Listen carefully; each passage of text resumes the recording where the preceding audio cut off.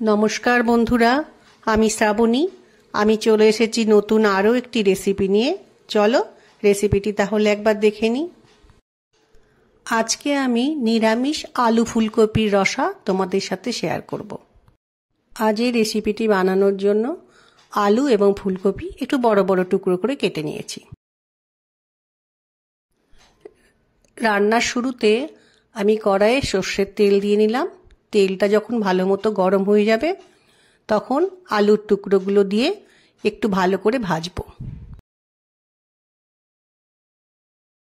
आलुगुलो भेजे नेওয়ার समय एकटु हलुद गुঁড়ো एवं परिमाण मतो नुन दिए भालो करे भेजे निते हबे।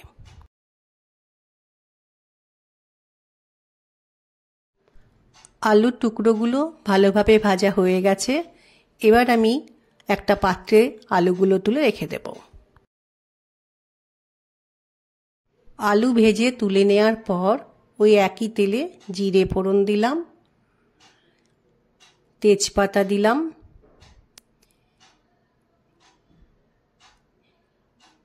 এবার দিলাম দারচিনি ও ছোট এলাচ, শুকনো লঙ্কা ফোড়ন দিলাম। এবার ফোড়নগুলোকে ভালো করে ভেজে নেব। ফোড়নগুলো ভালোমতো ভাজা হয়ে গেলে ওই তেলেই ফুলকপি দিয়ে কিছুটা সময় ভেজে নিতে হবে।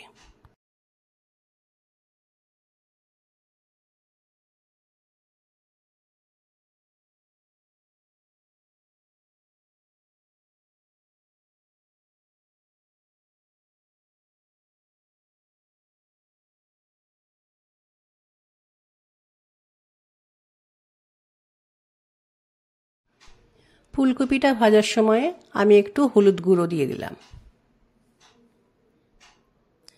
এবার পরিমাণ মতো নুন দিলাম, দিয়ে আরও কিছুটা সময় ফুলকপিটা একটু ভেজে নেব। ফুলকপিটা ভাজতে ভাজতে আমি একটা মশলা বানিয়ে নেব।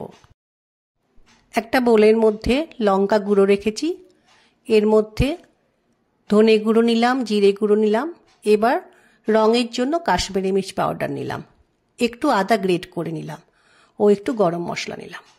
এর মধ্যে এবার একটু জল দিয়ে মশলাটা ভালো করে মিশিয়ে নেব।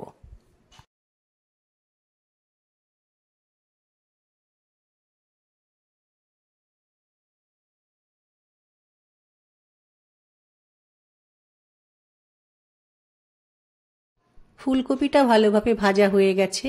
এবার ভেজে রাখা আলুগুলো ফুলকপির সঙ্গে দিয়ে একসাথে মিশিয়ে নেব।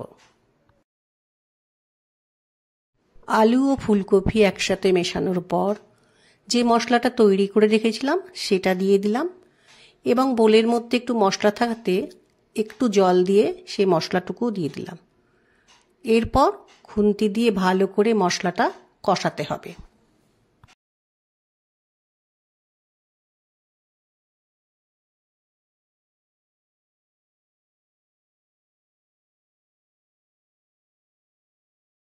মিনিট দু তিনেক আলু ফুলকপি মশলার সাথে কষানোর পর একটু গরম জল করে রেখেছিলাম, গরম জলটা আলু ফুলকপির মধ্যে দিয়ে খুব ভালো করে মিশিয়ে নিতে হবে।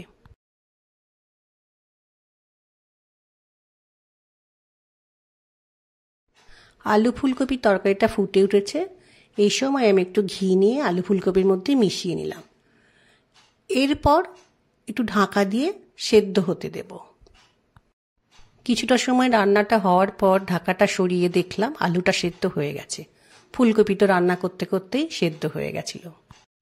এবার আমি রান্নার শেষে একটু চিনি দিয়ে ভালো করে মিশিয়ে দেব তরকারির মধ্যে। এই সময় আলু ফুলকপির তরকারি খেতে কিন্তু খুব ভালো লাগে। আমার কিন্তু আলু ফুলকপির রসা তৈরি হয়ে গেছে। এবার একটা পাত্রে ঢেলে রাখবো। এই রেসিপিটি কিন্তু রুটি ভাত দুটোর সাথেই ভালো লাগবে।